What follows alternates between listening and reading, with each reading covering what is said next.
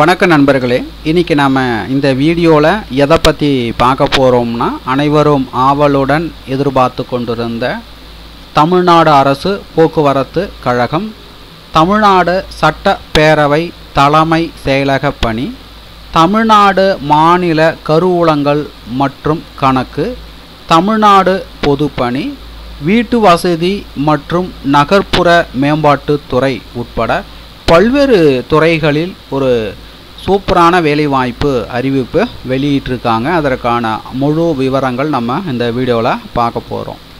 எக்கச்சக்கமான பதவிகள் அறிவிச்சிருக்கிறாங்க. ஸோ இந்த பதவிகளுக்கு தமிழ்நாட்டில் உள்ள அனைத்து மாவட்டத்தினை சேர்ந்த ஆண்கள் பெண்கள் இருபாலருமே ஆன்லைன் மூலமாக விண்ணப்பிக்கலாம். ஸோ இதற்கான ஃபுல் டீட்டெயில்ஸாக பார்க்கலாம் வாங்க. ஃபுல் டீட்டெயில்ஸை பார்ப்பதற்கு முன்னாடி இப்போ தான் நம்ம சேனலுக்கு ஃபஸ்ட் டைம் வந்திருக்கீங்கன்னா மறக்காமல் சேனலை சப்ஸ்கிரைப் பண்ணுங்கள். கூடவே இருக்கிற பெல் பட்டனை மறக்காமல் கிளிக் பண்ணுங்கள். ஸோ பார்த்தீங்கன்னா நண்பர்களே, மொத்த கடிதங்கள் எண்ணிக்கை பார்த்தீங்கன்னா 118 கடிதங்கள் அறிவிச்சிருக்கிறாங்க. உதவி மேலாளர் திட்டம், தமிழ்நாடு நகர்ப்புற நிதி மற்றும் உள்கட்டமைப்பு மேம்பாட்டு கழகம் 2 காலிடங்கள். உதவி இயக்குனர் நகர் மற்றும் ஊரமைப்பு, வீட்டு வசதி மற்றும் நகர்ப்புற மேம்பாட்டுத்துறை 4 காலிடங்கள். நிதியாளர் தமிழ்நாடு கல்விப்பணி கல்லூரி கல்வித்துறை 6 காலிடங்கள். முதுநிலை உதவி இயக்குனர் கொதிக்கலன்கள் தமிழ்நாடு கொதிக்கலன்கள் பணி பொதுப்பணித்துறை 4 காலிடங்கள். உதவி இயக்குனர் சமூக நலன் மற்றும் மகளிர் உரிமைத்துறை தமிழ்நாடு பொதுப்பணி 3 காலிடங்கள். அதுக்கடுத்து பார்த்தீங்கன்னா உதவி இயக்குனர் புள்ளியியல் தமிழ்நாடு புள்ளியியல் பணி 17 காலிடங்கள். வேளாண்மை உதவி இயக்குனர் விரிவாக்கம் தமிழ்நாடு வேளாண்மை விரிவாக்க பணி 6 காலிடங்கள். உதவி பொது மேலாளர் தமிழ்நாடு மாநில தொழில்கள் மேம்பாட்டு கழகம் 1 காலிடம். உதவி மேலாளர் நிதி தமிழ்நாடு மாநில தொழில்கள் மேம்பாட்டு கழகம் 1 காலிடம். துணை மேலாளர் கணக்கு தமிழ்நாடு மகளிர் மேம்பாட்டு நிறுவனம் 1 காலிடம். அதுக்கடுத்தாக பார்த்தீங்கன்னா உதவி மேலாளர் கணக்கு தமிழ்நாடு அரசு போக்குவரத்து கழகம் கும்பகோணம் 3 காலிடங்கள். தமிழ்நாடு அரசு போக்குவரத்து கழகம் கோயம்புத்தூர் 2 காலிடங்கள். தமிழ்நாடு அரசு போக்குவரத்து கழகம் திருநெல்வேலி 2 காலிடங்கள். தமிழ்நாடு அரசு போக்குவரத்து கழகம் விழுப்புரம் 4 காலிடங்கள். தமிழ்நாடு அரசு போக்குவரத்து கழகம் சேலம் 2 காலிடங்கள். தமிழ்நாடு அரசு போக்குவரத்து கழகம் மதுரை 3 காலிடங்கள். அதுக்கு தான் பார்த்தீங்கன்னா சென்னை பார்த்தீங்கன்னா மொத்தம் பார்த்தீங்கன்னா 4 கடிதங்கள் கொடுத்துருக்குறாங்க. ரைட்டுங்களா?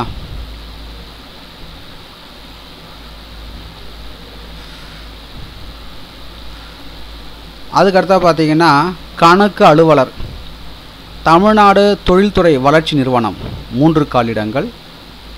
கணக்கு அலுவலர் நிலை 3 தமிழ்நாடு மாநில கருவூலங்கள் மற்றும் கணக்கு பணி 1 காலிடம். ஆங்கில நிருபர் தமிழ்நாடு சட்டப்பேரவை தலைமை செயலக பணி 5 காலிடங்கள். தமிழ் நிருபர் தமிழ்நாடு சட்டப்பேரவை தலைமை செயலக பணி 5 காலிடங்கள். உதவி மேலாளர்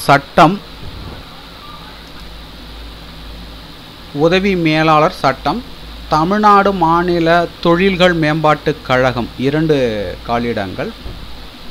அதுக்கடுத்தாக பார்த்தீங்கன்னா உதவி மேலாளர் சட்டம் கும்பகோணம் 3 காலிடங்கள், கோயம்புத்தூர் 2 காலிடங்கள், திருநெல்வேலி 2 காலிடங்கள், விழுப்புரம் 2 காலிடங்கள், சேலம் 2 காலிடங்கள், மதுரை 2 காலிடங்கள், சென்னை பார்த்தீங்கன்னா 1. அதுக்கடுத்தாக பார்த்தீங்கன்னா முதுநிலை அலுவலர் சட்டம் தமிழ்நாடு தொழில் முதலீட்டு கழகம் டோட்டலாக பார்த்தீங்கன்னா 9 கடிதங்கள் கொடுத்துருக்குறாங்க.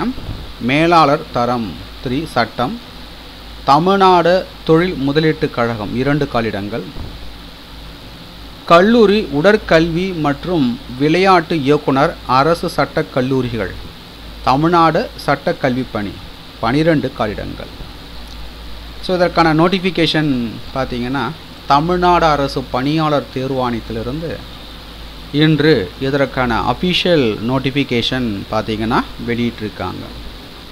தமிழ்நாடு அரசு பணியாளர் தேர்வாணையத்திலிருந்து இதற்கான அஃபிஷியல் நோட்டிஃபிகேஷன் பார்த்தீங்கன்னா இன்றைக்கி தான் பார்த்தீங்கன்னா வெளியிட்டிருக்காங்க. இன்றைக்கி தேதி பார்த்தீங்கன்னா 15/5/2024. ஒருங்கிணைந்த தொழில்நுட்ப பணிகள் தேர்வு நேர்முகத் தேர்வு பதவிகள் அடங்கிய பதவிகளுக்கான நேரடி நியமனத்திற்கான விண்ணப்பங்கள் இணைய வழி மூலம் மட்டுமே வரவேற்கப்படுகின்றன. அறிவிக்கை நாள் பார்த்தீங்கன்னா 15/5/2024. விண்ணப்பிக்க வேண்டிய கடைசி தேதி பார்த்தீங்கன்னா 14/6/2024. விண்ணப்பம் திருத்தம் செய்வதற்கான காலம் பார்த்தீங்கன்னா 19/6/2024 முதல் 21/6/2024 வரை. தேர்வு நடைபெறும் நாள் பார்த்தீங்கன்னா தாள் 1 பார்த்தீங்கன்னா தமிழ் தகுதி தேர்வு பொது அறிவு மற்றும் திறனறிவு மனக்கணக்கு நுண்ணறிவும் என்னைக்குன்னு பார்த்தீங்கன்னா 28/7/2024. தாள் 2 பார்த்தீங்கன்னா அடிப்படை பொறியியல், வேளாண்மை, மனையியல், புள்ளியியல், புனர்வாழ்வு அறிவியல், பொருளாதாரம், சட்டம், சுருக்கெழுத்து ஆங்கிலம், வணிக மேலாண்மை, இயந்திர தயாரிப்பு, உற்பத்தி பொறியியல், உணவு மற்றும் ஊட்டச்சத்து, சுருக்கெழுத்து தமிழ், உடற்கல்வியியல், சமூகவியல், கணக்கு, நிதி மற்றும் செலவு கணக்கியல், பொது நிர்வாகம், சமூக பணி, நகர் மற்றும் ஊரமைப்பு, குழந்தை வளர்ச்சி உளவியல். 12/8/2024 முதல் 16/8/2024 வரை. இதில் 15/8/2024 நீங்களாக அது மட்டும் கிடையாது. அதுக்கடுத்தாக பார்த்தீங்கன்னா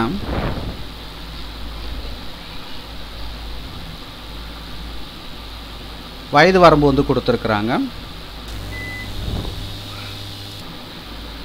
அதுக்கடுத்தாக பார்த்தீங்கன்னா நண்பர்களே, வயது வரம்பு 1/7/2024 அன்று உள்ளவாறு பார்த்தீங்கன்னா தேர்வர்கள் 21 வயதினை நிறைவு செய்திருக்க வேண்டும். அதுக்கடுத்தாக உச்ச வயது வரம்புன்னு பார்த்தீங்கன்னா பிற வகுப்பினருக்கு கல்லூரி உடற்கல்வி மற்றும் விளையாட்டு இயக்குனர் அரசு சட்ட கல்லூரிகள் உச்ச வயது வரம்புன்னு பார்த்தீங்கன்னா 57. அதுக்கு அடுத்ததாக பார்த்தீங்கன்னா உதவி பொது மேலாளர் 47, வேளாண்மை உதவி இயக்குனர் விரிவாக்கம் 34, முதுநிலை உதவி இயக்குனர் கொதிக்கலன்கள் 37. மீதமுள்ள பதவிகளுக்கு பார்த்தீங்கன்னா 32 வந்து கொடுத்துருக்காங்க. அதுக்கடுத்தா பார்த்தீங்கன்னா வயது வரம்பு சலுகை வந்து கொடுத்துருக்காங்க. நிர்ணயிக்கப்பட்ட குறைபாடுடைய மாற்றுத்திறனாளிகள், முன்னாள் இராணுவத்தினர், ஆதரவற்ற விதவிகள் அவர்களுக்கு வயது வரம்பு சலுகை வந்து கொடுத்துருக்காங்க. ஸோ பார்த்துக்குங்க. அதுக்கு அடுத்ததாக பார்த்தீங்கன்னா நண்பர்களே,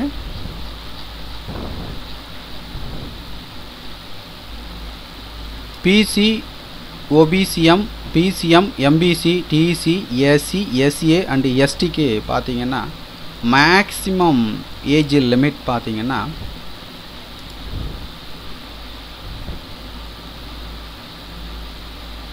கல்லூரி உடற்கல்வி மற்றும் விளையாட்டு இயக்குனர் அரசு சட்ட கல்லூரிகள் உச்ச வயது வரம்பு 57, நிதியாளர் 59, உதவி பொது மேலாளர் 47. அதுக்கடுத்தாக்க பார்த்தீங்கன்னா உதவி மேலாளர் சட்டம், அதுக்கடுத்தா பார்த்தீங்கன்னா உதவி மேலாளர் நிதி.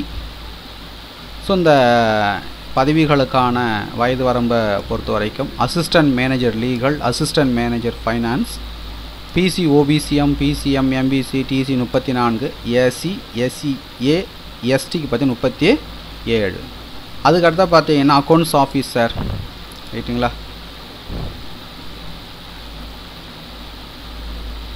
கணக்கு அலுவலர், உதவி இயக்குனர் புள்ளியியல், முதுநிலை உதவி இயக்குனர் கொதிக்கலன்கள் உச்ச வயது வரம்பு இல்லை.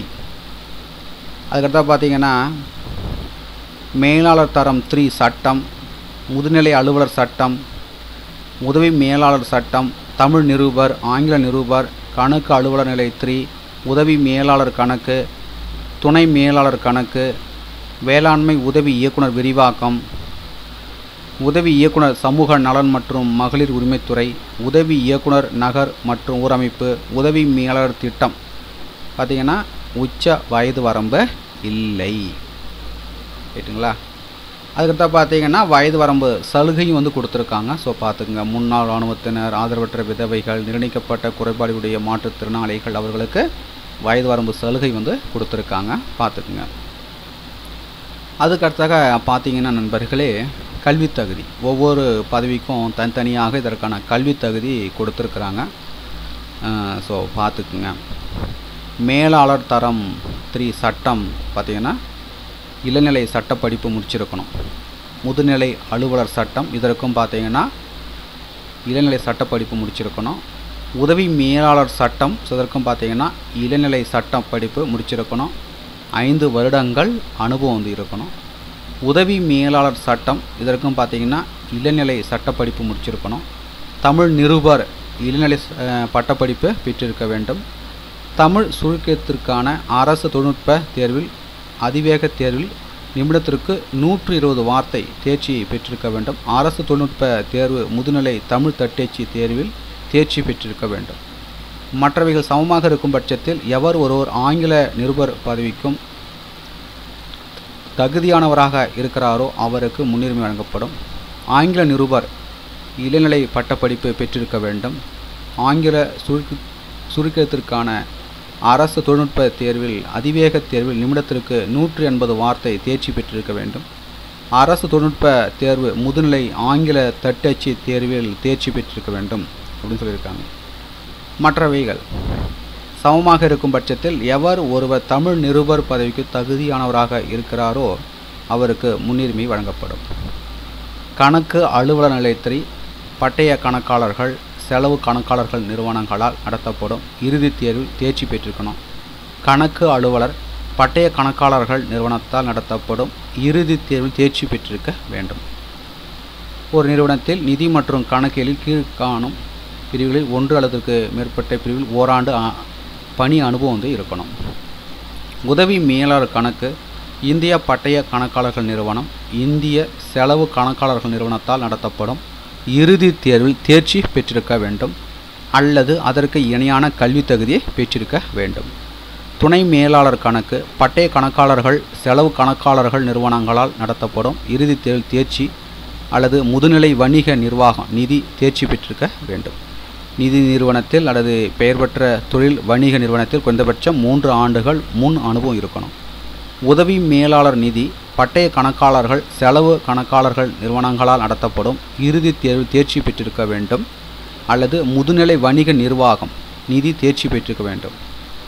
உதவி பொது மேலாளர் இளநிலை பொறியியல் 2ஆம் வகுப்பு அல்லது இணையான தகுதி பெயர் பெற்ற தொழில் வணிக நிறுவனத்தில் தனிச்சையான முதுநிலை திறனுடன் கூடிய 5 ஆண்டு முன் அனுபவம் இருக்கணும். வேளாண்மை உதவி இயக்குனர் விரிவாக்கம், வேளாண்மை விரிவாக்கம் அல்லது வேளாண்மை பொருளாதாரம் முதுநிலை பட்டப்படிப்பு முடிச்சிருக்கணும். உதவி இயக்குனர் புள்ளியியல் அல்லது கணக்கு அல்லது பொருளியல் அல்லது பயன்பாட்டு பொருளியல் அல்லது வணிக பொருளியல் பட்டப்படிப்பில் 60% குறையாத மதிப்பெண் அல்லது அதற்கு இணையான ஒட்டுமொத்த தரப்புள்ளி சராசரி பெற்றிருக்க வேண்டும். அல்லது புள்ளியியல் அல்லது கணக்கு அல்லது பொருளியல் அல்லது பயன்பாட்டு பொருளியல் அல்லது பயன்பாட்டு புள்ளியியல் அல்லது பயன்பாட்டு கணக்கு அல்லது வணிக பொருளியல் அல்லது ஆராய்ச்சி செயல்பாடு அல்லது கணக்கு பொருளியல் அல்லது பொருளாதார அளவியல் பாடத்தில் முதுநிலை பட்டம் பெற்றிருக்க வேண்டும்.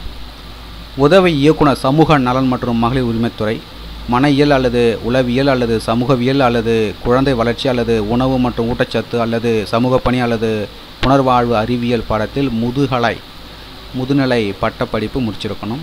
முதுநிலை உதவி இயக்குனர் கொதிகலன்கள் இயந்திர பொறியியல் இளநிலை பட்டம் பெற்றிருக்க வேண்டும் அல்லது இந்திய பொறியாளர்களின் நிறுவன உறுப்பினர் தேர்வினை இயந்திர பொறியியல் பாடத்தில் தேர்ச்சி பெற்றிருக்க வேண்டும். AMIE அனுபவம் பார்த்தீங்கன்னா 2 ஆண்டுகள் இருக்கணும். நிதியாளர் பொது நிர்வாகவியல் முதுநிலை பட்டப்படிப்பில் தேர்ச்சி பெற்றிருக்க வேண்டும் அல்லது நிதியியலில் நிபுணத்துடன் கூடிய வணிக நிர்வாகவியல் முதுநிலை பட்டப்படிப்பு முடிச்சிருக்கணும். எக்ஸ்பீரியன்ஸ் பார்த்தீங்கன்னா 3 இயர்ஸ் வந்து இருக்கணும். உதவி இயக்குனர் நகர் மற்றும் ஊர் அமைப்பு. அங்கீகரிக்கப்பட்ட பல்கலைக்கழகம் அல்லது நிறுவனத்திடமிருந்து நகரம் அல்லது மாநகரம் அல்லது நகர்ப்புறம் அல்லது வீட்டு வசதி அல்லது ஊரமைப்பு அல்லது ஊரக அல்லது உட்கட்டமைப்பு அல்லது வட்டார அல்லது போக்குவரத்து அல்லது சுற்றுச்சூழல் திட்டமிடலில் முதுகலை பட்டப்படிப்பு அல்லது கட்டடக்கலை வல்லுநர்களுக்கான நிறுவனத்தில் உறுப்பினராக இருக்க வேண்டும் அல்லது இளங்கலை கட்டடக்கலையியலில் பட்டம் பெற்றிருக்க வேண்டும் அல்லது தேசிய கட்டடக்கலை பட்டயப்படிப்புக்கு சமமான அங்கீகரிக்கப்பட்ட பட்டம் அல்லது பட்டயம் பெற்றிருக்க வேண்டும். மேலும் நகர திட்டமிடல் பணிகளில் அரசின் நகர் ஊரமைப்பு துறைகளில் அல்லது சட்டப்படியான வாரியங்கள் அல்லது நகர்ப்புற அதிகார அமைப்புகள் அல்லது பல்கலைக்கழகங்களில் அல்லது அங்கீகரிக்கப்பட்ட ஆராய்ச்சி நிறுவனங்களில் அல்லது பொதுத்துறை நிறுவனங்களில் அல்லது அரசு சார்புடைய அல்லது சட்டப்படியான அல்லது தன்னாட்சி அமைப்புகளில் அல்லது உள்ளாட்சி அமைப்புகளில் 3 ஆண்டுகளுக்கு குறையாமல் அனுபவம் இருக்கணும். இதில் கூடுதலும் விவரங்களும் கொடுத்துருக்காங்க, பார்த்துங்க. உதவி மேலாளர் திட்டம். இதற்கு பார்த்தீங்கன்னா பல்கலைக்கழக மானிய குழுவால் அங்கீகரிக்கப்பட்ட எந்த ஒரு பல்கலைக்கழகம் அல்லது நிறுவனத்தின் கட்டட பொறியியல் இளநிலை பட்டம் பெற்றிருக்க வேண்டும் மற்றும் பல்கலைக்கழக மானிய குழு அங்கீகரிக்கப்பட்ட எந்த ஒரு பல்கலைக்கழகம் அல்லது நிறுவனத்தின் வணிக நிர்வாகத்தில் முதுநிலை பட்டம் திட்ட மேலாண்மையில் நிபுணத்துவம் விரும்பத்தக்கது மற்றும் பொது தனியார் வரையறுக்கப்பட்ட நிறுவனங்களில் நகர்ப்புற உள்கட்டமைப்பு திட்டங்களை செயல்படுத்துவதில் 3 ஆண்டுகளுக்கு குறையாத அனுபவம் இருக்கணும். அதுக்கடுத்தா பார்த்தீங்கன்னா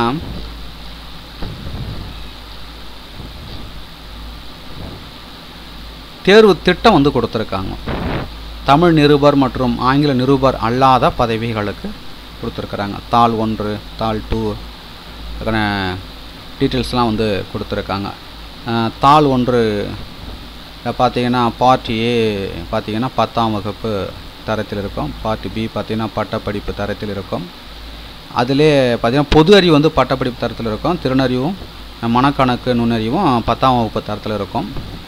இதில் பார்த்தீங்கன்னா அதிகபட்ச மதிப்பெண்கள்னு பார்த்தீங்கன்னா தாள் 1 பார்த்தீங்கன்னா அதில் part A part B part A பார்த்தீங்கன்னா 150 மதிப்பெண்கள், பார்ட் பியில் பார்த்தீங்கன்னா 150 மதிப்பெண்கள், டோட்டலாக பார்த்தீங்கன்னா 300 மதிப்பெண்கள். ரைட்டுங்களா? இதில் தாள் 1ல் பார்த்தீங்கன்னா குறைந்தபட்ச மதிப்பெண்கள் பார்த்தீங்கன்னா ஏனையோர் 60, எல்லாருமே பார்த்தீங்கன்னா 60 மதிப்பெண்கள் எடுக்கணும். ரைட்டுங்களா? அதுக்கடுத்து பார்த்தீங்கன்னா தாள் 2 பாடத்தாள். இது பார்த்தீங்கன்னா பட்டப்படிப்பு முதுநிலை பட்டப்படிப்பு தரத்தில் இருக்கும். வினாக்கள் எண்ணிக்கை பார்த்தீங்கன்னா 200, 3 மணி நேரம் எக்ஸாமு. அதிகபட்ச மதிப்பெண்கள் பார்த்தீங்கன்னா 300. ரைட்டுங்களா?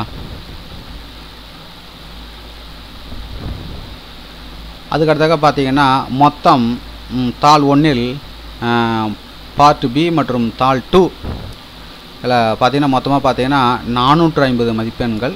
நேர்முகத் தேர்வு பார்த்தீங்கன்னா 60 மதிப்பெண்கள். டோட்டலாக பார்த்தீங்கன்னா 510 மதிப்பெண்கள். இதில் குறைந்தபட்சம் பார்த்தீங்கன்னா ஏனையோர் பார்த்தீங்கன்னா 180. ரைட்டுங்களா? மீதம் உள்ளவர்களுக்கு பார்த்தீங்கன்னா அதாவது BC, OBCM, BCM, MBC, DC, SC, SCA, ST பார்த்தீங்கன்னா 135 மதிப்பெண்கள். தாள் 2 பாடத்தாள். ஸோ இதற்கான பதவி குறியீடு கொடுத்துருக்காங்க. பதவியின் பெயர், பதவி குறியீடு, பாடத்தாள், தரம் கொடுத்துருக்காங்க. ஸோ பார்த்துக்குங்க. தமிழ் நிருபர் மற்றும் ஆங்கில நிருபர் பதவிகளுக்கான தேர்வு திட்டம் கொடுத்துருக்காங்க.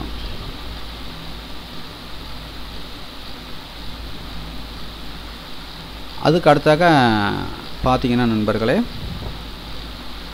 தேர்வு மையங்கள் பார்த்தீங்கன்னா அரியலூர், செங்கல்பட்டு, சென்னை, கோயம்புத்தூர், சிதம்பரம், தருமபுரி, திண்டுக்கல், ஈரோடு, கள்ளக்குறிச்சி, காஞ்சிபுரம், நாகர்கோவில், கரூர், கிருஷ்ணகிரி, மதுரை, மயிலாடுதுறை, நாகப்பட்டினம், நாமக்கல், பெரம்பலூர், புதுக்கோட்டை, ராமநாதபுரம்.